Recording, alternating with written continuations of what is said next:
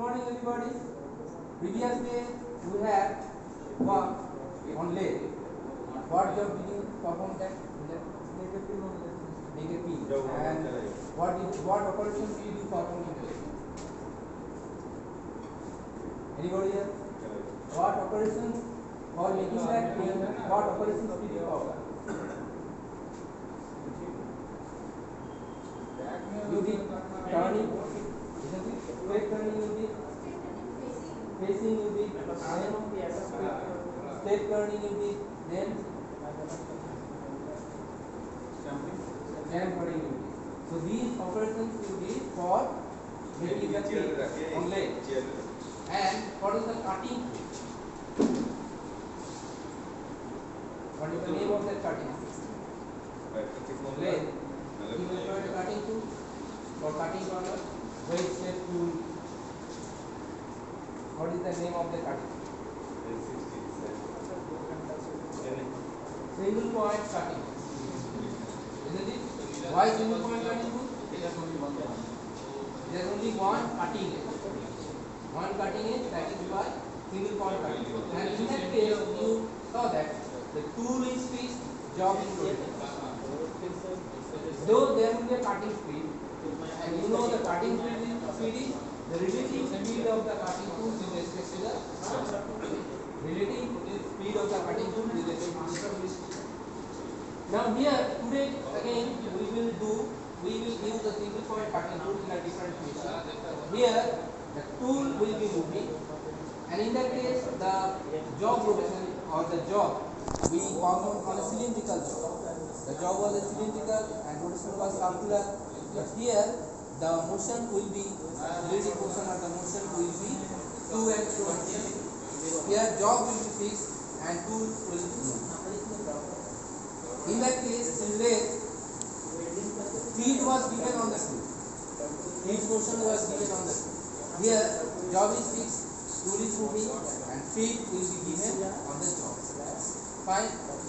And so in this to and fro motion, as there is to and fro motion, so we can do a rectangular plot, isn't it? Or groove type of thing. That is on a plane surface we can do. Here it is not cylindrical. We can do job on block, etc. So this machine is known as shaping machine. We will also use another machine. After we see this machine, we will also see that milling machine. In shaping machine, as you know, first we need a power supply. Three-phase power supply is coming to this, and this power supply is first coming to this motor. This is the specification is written on the motor. This is the three-phase induction motor, and from this motor shaft to this shaft, mechanical power is being transferred through this belt pulley drive. There you can see the pulley diameter of the pulley attached to the motor shaft is much smaller than the pulley attached on this shaft. This is driven shaft. Okay. So as a result, what will happen? Speed will increase or decrease. Rotational speed, their diameter is small, their diameter is large. Speed will decrease. Very good. Because pi d1 n1 is equal to pi d2 n2, or d1 n1 is equal to d2 n2. So the speed is inversely proportional to diameter. We can say that for a two machine like that. Now on this shaft again there are three pulleys. On the not three, we can see 1, 2, 3, 4. 4 pulleys are there. Accordingly, 4 pulleys are there. We can change by shifting the bed. We can change this by this manner. You can loosen it, and by changing it, then you tighten it. Then from this shaft, the power will be transferred to this shaft. Now, anyone please lead your flash mobile. Come to this side. Now, this shaft is coming here. You can see that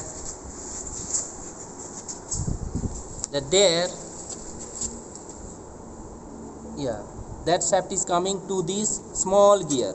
That gear is known as pulley. That gear is known as pinion. And it is connected to this larger gear, that larger gear is known as, this is the larger gear, that larger gear is known as bull, and on that bull, from the at a distance from the offset, what is there, a slider jockey is there, this can slide, okay, and it is offset, the sliding block is there, this is attached from the center at an offset distance, and it is attached and it can slide in this, it is hinged at bottom, this is known as rocker arm. As the bull is rotating, bull gear is rotating, so this is rotating, and from say this point to this point it will have this forward motion, and from this point to this point it will have backward motion. So as a result, what is happening is that, anybody hold it? As a result, what is happening is that, give me a copy.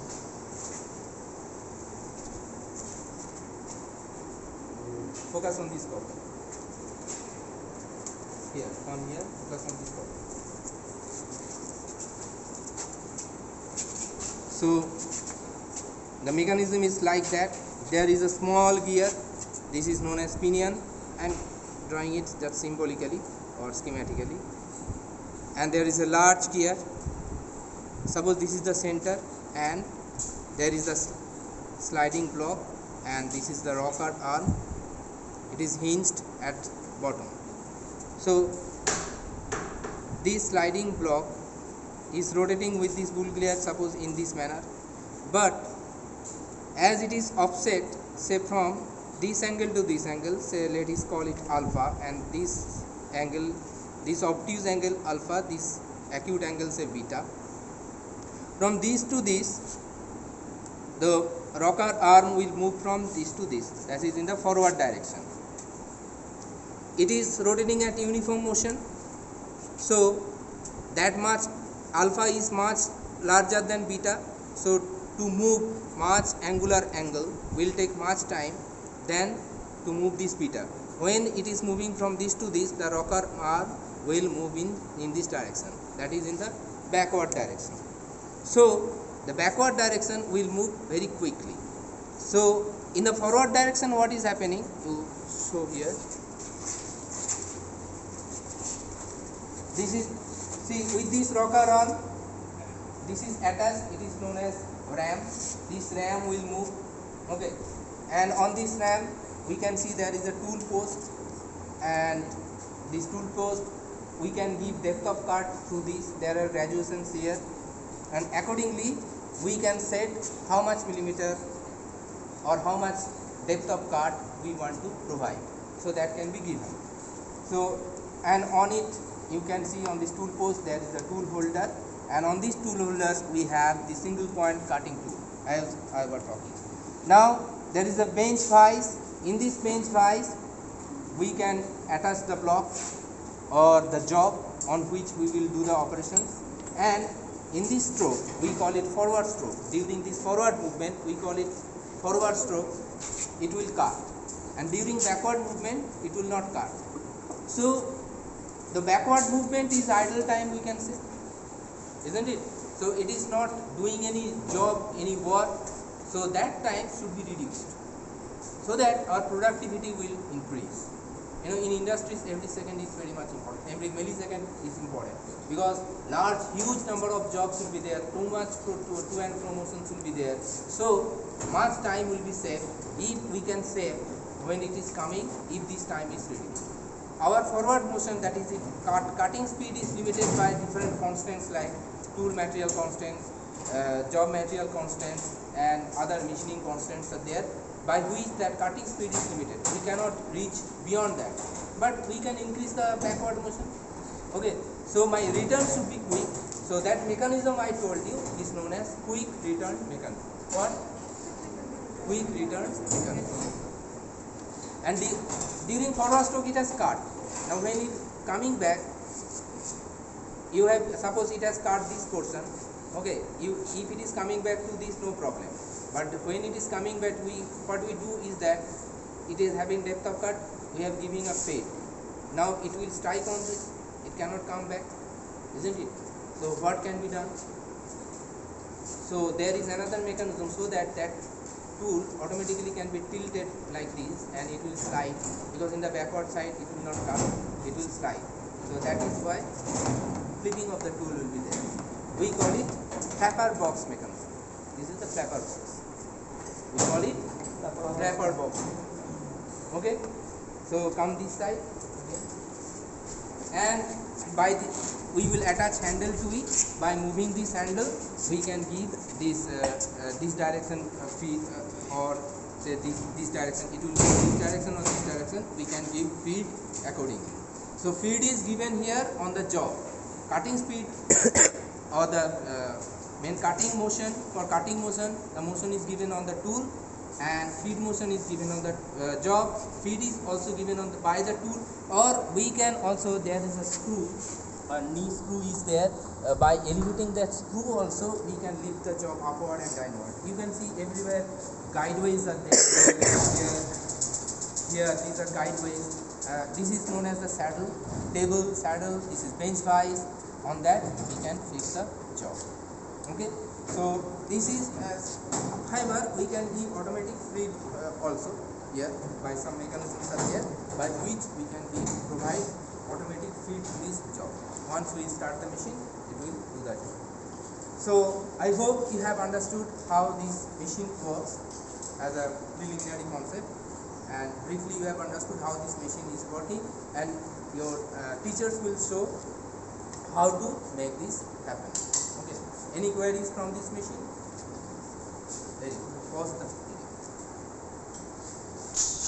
Now for today's job 2, you will see on the board that job 2 is the drawing or diagram of the job 2 is there.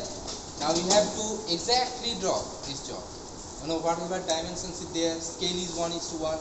That is, you have to, if one dimension I can see from here that 40 means it is 40 millimeter. So your scales must reach 40 millimeter. It is not larger than. If your scale is changed, then you can enlarge or reduce the size. But as the scale is 1:1, you have to keep the dimensions accordingly. Okay. Now for today's job, part of the job will be done in the shaping machine. Just we have seen that shaping machine, and part of the job will be conducted in this milling machine. In the milling machine, here again we can see the power is coming from this, and it is going to the motor. N3 phase induction motor is there, and through bell pulley drive, power is coming to the shaft. Okay, from that motor shaft it is coming, and here also the pulley size is larger, diameter of the pulley is larger than the pulley attached on the motor shaft. So speed is reduced, and here gearbox is there. Here some gearbox is there. By this gearbox we and by changing the gears we can change different speeds. So if there is 3 speed variation and here is 3 speed variation, 3 gears here, 3 gears here, we can have 9 speed variations. Move it. For each gear 3 speed variations. So in this manner the different speed variations can be there. Now in this milling machine we can see this is known as knee, and there is a screw that is known as knee elevating screw. By rotating this handle we can rotate. There are some worm and ball wheel mechanisms by which that one gear mechanism by which the power can be transferred. This is this direction shaft and this is the direction shaft. By there is a attachment of valve by which we can change the speed. Sometimes by bevel gear also we can change this 90-degree angle diameter. So this is this direction diameter and this is the direction. From this screw to this screw, or from this shaft to this shaft, the power can be changed by some gears, worm gears or say bevel gears. Now by rotating this whole table can move upward or downward. Okay, and this is the table, and on which again there is a vise known as machine vise where my job will be fixed, and by rotating these handles we can give the feed on the job. Okay, and after one particular side is done, then by rotating this handle or this handle, or not this handle, this is the by rotating this handle, there is a screw. This whole table will be moved in this direction. So cross feed can be given. That is next portion of the job. can be done by this cross feeding. Now here the cutter or cutting tool is different from what we have used in lathe or in shaper. Here you can see there is a circular cutter, you can see, and there are so many cutting edges. And when you give a depth of cut by moving it upward, you give depth of cut, the tool is fixed, tool will rotate, when cutting speed will come from the tool, but the feed motion, depth of cut, all will be given on the job here. Okay, so two or more cutting edges will be employed during cutting. At a time, at an instant of time, two or more cutting edges will be responsible for cutting the tool. So we call it multi-point cutting. In lathe, in shaper, we have used single point cutting tool, but here multi-point cutting tool. In drill bit, there are two. You have seen there are two twists and there are two cutting edges we call. That is also multi-point cutting tool. Okay, here it is. So examples of multi-point cutting tool is drill bit, and this milling cutter. And example of single point cutting tool is shaping and lathe. The cutting tool used in lathe and in shaping. Okay. Now this is known as overarm, and with this overarm, this attachment is there. It is fixed, and on this there is a rod-like thing. A screw is there. That is known as arbor. On that arbor, this cutter is fixed, and these are known as collets. There are different size of collets. By the use of these collets, we fix the position of the cutter with respect to this arbor. This is known as arbor. This is known as overarm. What is this? Overarm. What is this? And what is these things? Collets. What are these things? Collets. And what is this? Multi-point cutting tool, and it is known as milling cutter. Milling cutter is known as multi-point cutting tool. Okay, and in this the job will be fixed, and sir will instruct you how to do this job practically. Okay, you will see how this is done. Fine. So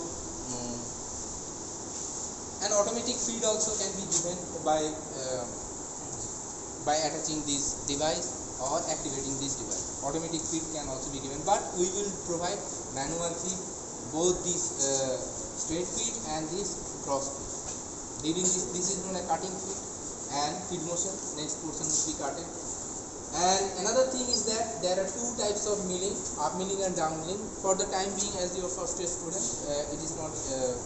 I am not going into details of these things. But if you are having any inquiry about this, I will let you know. So this is in brief how this machine works. Any queries from this machine? Very good. Previously, what did you perform? Molding. Prior to that, we have performed casting. Today, we will do welding here. And in the classroom, I have already defined what is welding. Can anybody recall what is welding?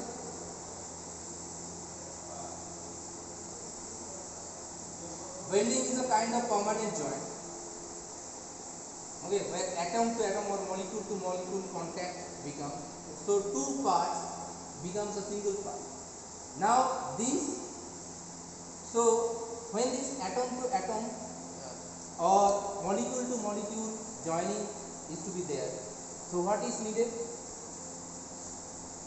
What is needed is that there should be proximity between the molecules of the atom, and some activity should be there, so that they can join together and become one part, one single part. Now this proximity and activity can be increased either by increasing the pressure. By huge pressure, the molecules will come very much close to them, of two separate jobs. The molecules will come very close to each other. And another way is by heating. Give so much tremendous heat, and that heat must be of very localized manner. If we provide the heat to the whole job will melt. So the techniques are devised accordingly, so that heating will be very much localized. At a point that heating should be there. Okay. So When by heating or melting, two parts become to a single part. So this kind of welding is known as fusion welding. Fusion welding can be of different types: arc welding, gas welding, electron beam welding, laser beam welding. So there are different such kinds of welding, and there are some weldings where the pressure and heat both are utilized. One example of pressure welding is forging or forge welding. Okay, suppose there is one disc and another disc. There will be high pressure. There will be, and there will be a tremendous rotation. So there is rotation. Due to that friction, due to that some heat will be also generated, and due to that pressure there will be some proximity, and these two parts will become welded. So that is the forge welding. Now today here we will see arc welding. One way to generate very point localized heat is arc welding. There are various types of arc welding. We will only see SMAW. SMAW. That is known as shielded metal arc welding. Another name is there for it, which is known as MMAW or manual metal arc welding. Right? In shielded metal arc welding, or there would be an electrode, and that electrode will be covered. It is a metal electrode, and it will be covered by some coating. We call this coating flux. And this is the electrode, and suppose there is the workpiece. Actually two workpieces will be there, those will be joined, but we need to know the theory first, what is happening. Okay, so for the time being, let us consider, say this is negative and this is positive, and we are giving DC power supply. Now how DC power supply can be there? We have 440 volt main supply lines, and that is AC. Okay, so 440 volt AC is coming. First of all, we need a transformer. In this case, we need very low voltage and very high current. So voltage will be reduced to very low, and there will be a rectifier, full wave rectification. How can full wave rectification can be done? How can be full wave rectification done? You have studied in your class 12 class. Full bridge circuit by using 4 diodes, the bridge circuit. Did you study? Can you recall this? There was a circuit like this, isn't it?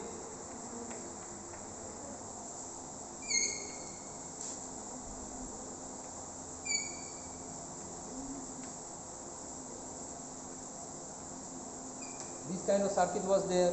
If you can recall this, that is full bridge rectification. However, by this full bridge rectification, there will be some full, so very high voltage current is coming. After that, transformer will reduce to low voltage and very high current, and after that, by full wave bridge rectification, that ripples will be there.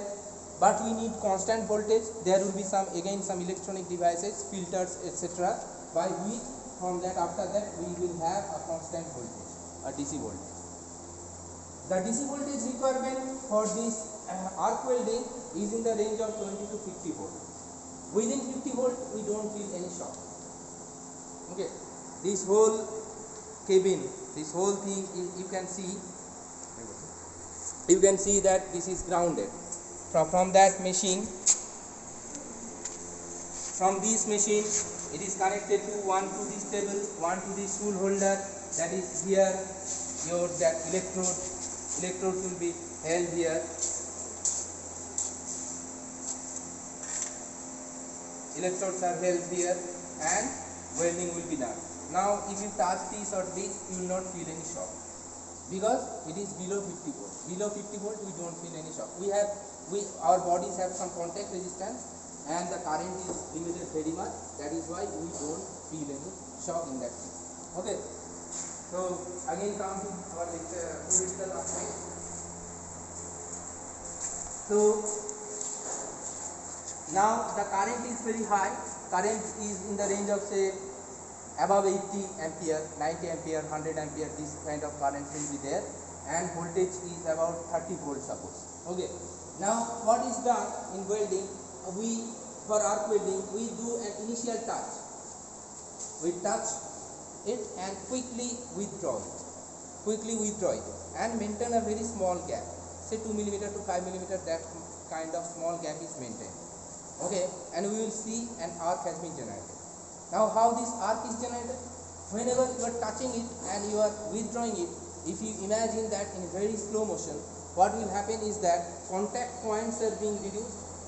Okay, very few contact points will be there, and as a result what will happen is that through those contact points current density will become very much high, and current is very much high. This is short circuit, and during short circuit the current may go as high up to say 1000 ampere. So that much current is flowing and contact points are reducing, so the current density will so much high that temperature on those points, both on the electrode and this workpiece, it will be very high, and it will become so much high that temperature will be generated very high. As a result, thermoionic emission of electrons will occur. What is thermoionic emission of electrons? You should recall from your 12th classes. What is thermoionic emission? Einstein work function you studied, isn't it? In that what is stated that for every metal there is a particular temperature. If that metal is temperature of the metal is raised beyond that, then automatically spontaneously some electrons are emitted, because those electrons gain sufficient energy to break the potential well or potential barrier of the metal. The electrons are free to move within the metal, but they are not free to come out of the metal. There is a huge potential barrier. Now electrons gain so much energy that they can come out of that potential barrier and will we call this spontaneous emission. Spontaneously electrons are coming out. So electrons which are coming out from this will come back to this because this is positive, and electrons which are coming out from this, they will come in this direction, will strike the surface of this workpiece with a very high speed, and during their motion on this path they will collide with the molecules of the air, and they will knock out ground electrons from their ground state, and again many electrons will come. The electrons coming out from these thermoionic emissions are known as primary electrons, and these electrons which are coming out by these collisions are known as secondary electrons, and within a very few short period of time avalanche will occur, and a small column of gas will be formed which is fully ionized. So ions will be there and electrons will be there only.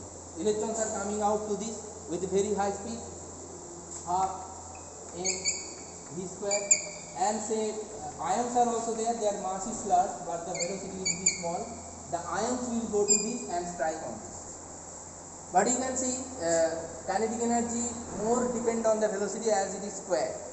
Though mass of the electrons is very low, but their squared velocity will be very much high. As a result, kinetic energy of the electrons will be very much high. So more penetration will be there, that is, it will be melted. The portion of the electrode will also melt. The melting of this job, how much melting is occurring, we call this penetration. And from this, as the ions are striking on it, so it is all be heated and melted, and some drops or there are some mechanisms by which the molten metal from this electrode will deposit on it, and we call it deposition. Okay, so as a result, and the parts will be melted and it can be done. Now we can have different positions of welding. When we are doing on this flat surface, this is forward hand welding, this is backhand welding, and we call it flat welding. This is the one position. When we do welding like this, we call it horizontal welding. And when we do welding like this or this, we call it vertical welding. So this is vertical downhill, it is vertical uphill. Sometimes it is required that over my head I have to do welding. Okay, this is known as overhead welding. Overhead welding is very hazardous, but most difficult welding considered by the welder is the vertical welding. Vertical uphill is the most difficult kind of welding. Okay. Now this kind of polarity, in DC polarity, we call it DCSP, direct current straight polarity, or another name is also there, direct current electrode negative.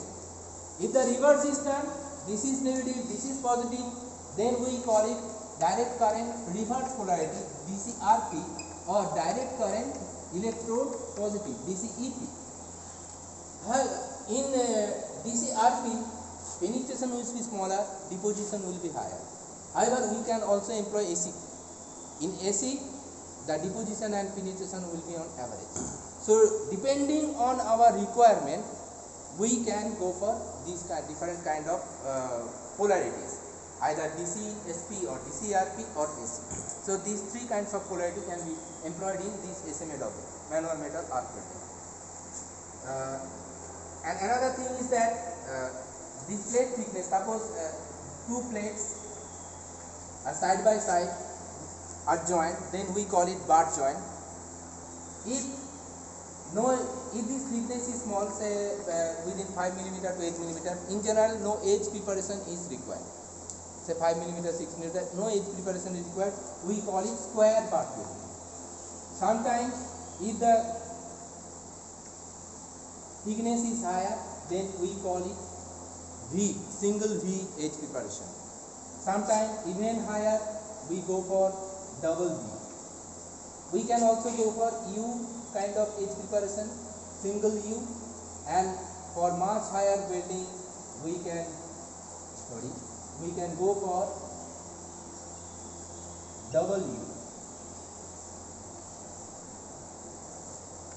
U, this kind of edge preparation.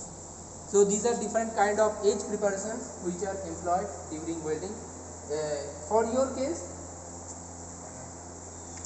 for this kind of welding, so two plates are joined side by side. You can see the thickness is 5 mm, so no edge preparation is required.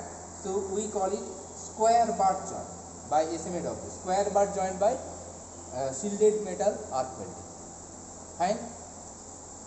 So up to this, another important thing I must tell you is that safety is very much important during welding, because this arc, if you see naked eyes, you can see a blazing light. After that you will have some blurred vision, that is due to this blazing light. That can be cured, but the problem is here some photons will be there in the range of ultraviolet frequency.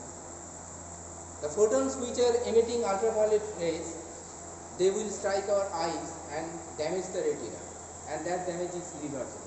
So you must take those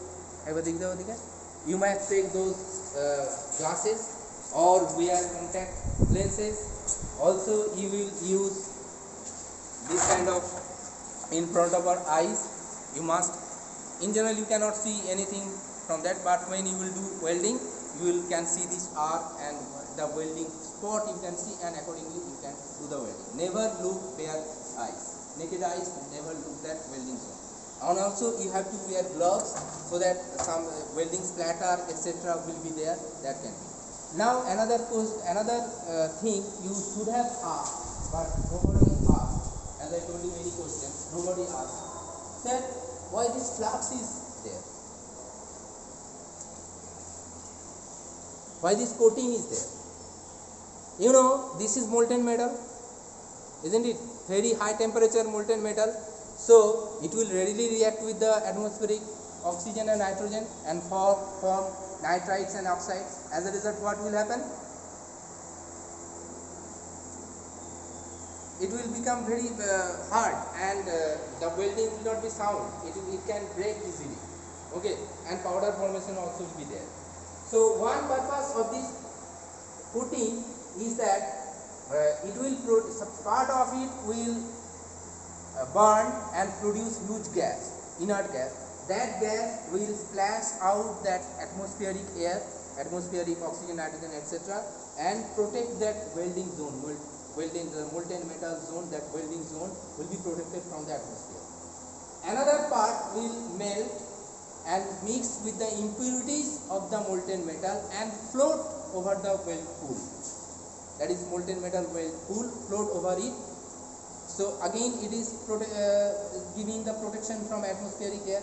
Now here you are moving the electrode from one point to one point, but you have moved, but that slag is there, that is that it will form some slag.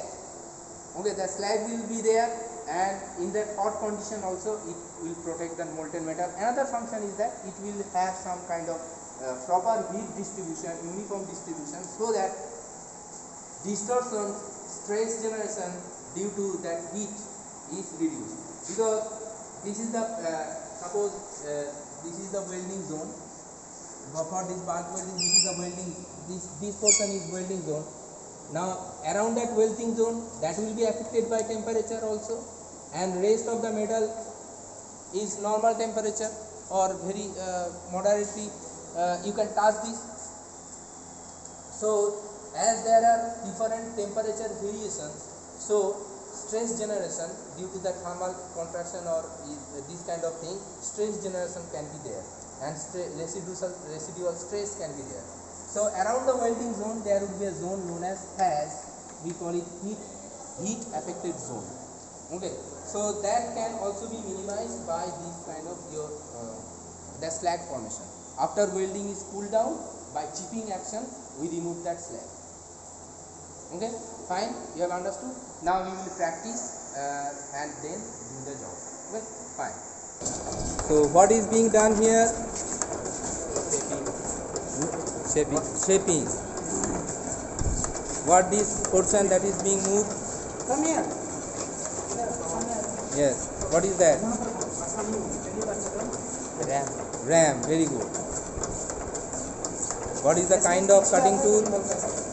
Single point cutting. Single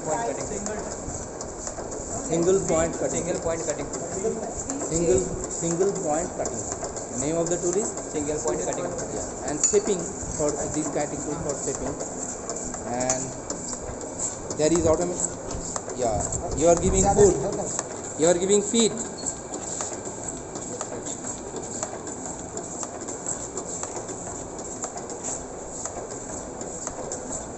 The job is moved. You can see as he is giving feed, the job is moved. The next portion of the job is being cut.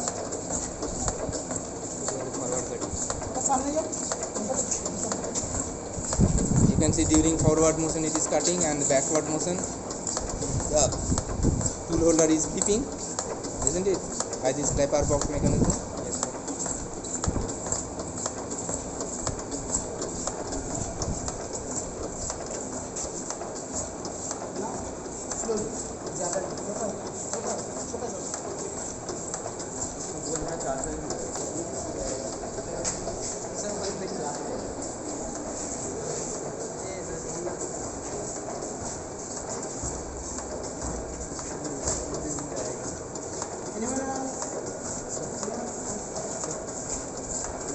Yes, tell me.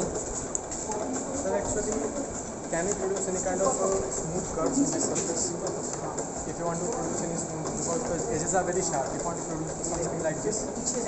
Okay, if you want to produce some smooth curve or smooth, suppose a curvy kind of thing is there is a milling cutter known as end milling cutter. Okay, the end milling cutter is like end milling cutter is like that, and it will rotate. It is cylindrical kind of job, and it is rotating like this. So at the end it is cutting. So as you move your milling cutter, a particular profile can be cut. By this end milling cutter, that can be done. Okay. Also.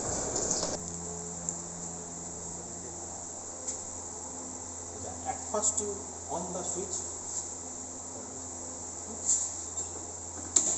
Switching on the machine. Take spark on. Spark करना है. So how to create the arc? During welding you see one type of spark on right. So how to create the arc? How to create the arc? At first you touch the electrode on the workpiece. that means this metal. After that, immediate withdraw, this one, that means electrode. That time maintain a one gap between workpiece and electrode. How much gap? 2 to 3 mm. But it is not possible. Why? This one is a consumable electrode. It melt hota jayega. So gap is increasing. One time arc is vanished. So that time you fitting just like this way. एक down fit भी होना चाहिए, ठीक है? So you see, and all of you collect one screen.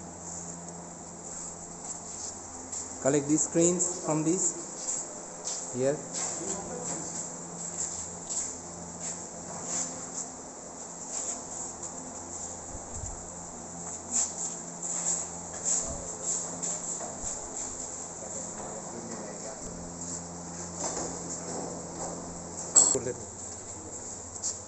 Now these two plates are placed side by side.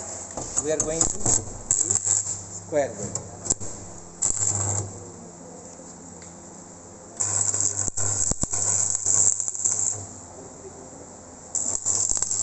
You can see at the two ends some welding is done first. This is known as tag welding, to keep the job at position, so that now we can do the welding.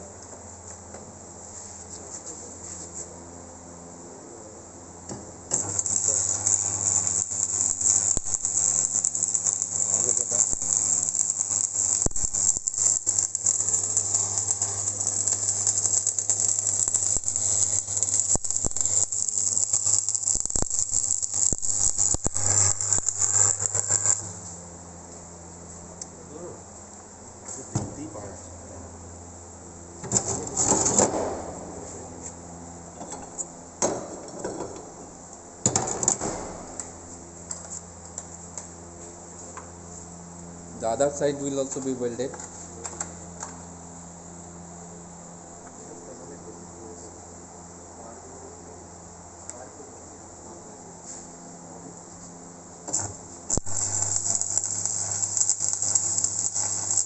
All of you see this one.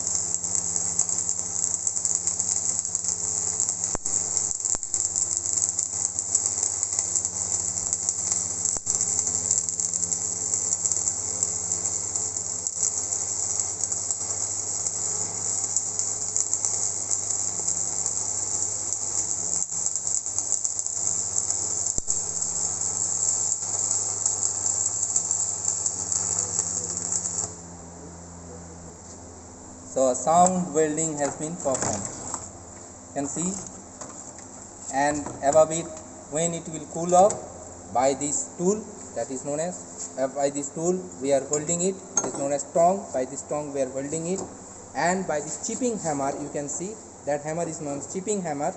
By this, the slag is being removed. I told you about the slag.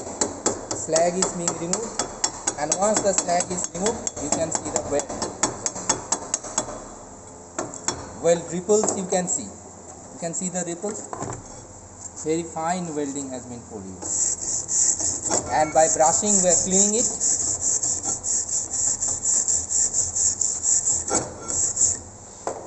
So we have cleaned it by brushing. Now that welding is done. Okay, thank you.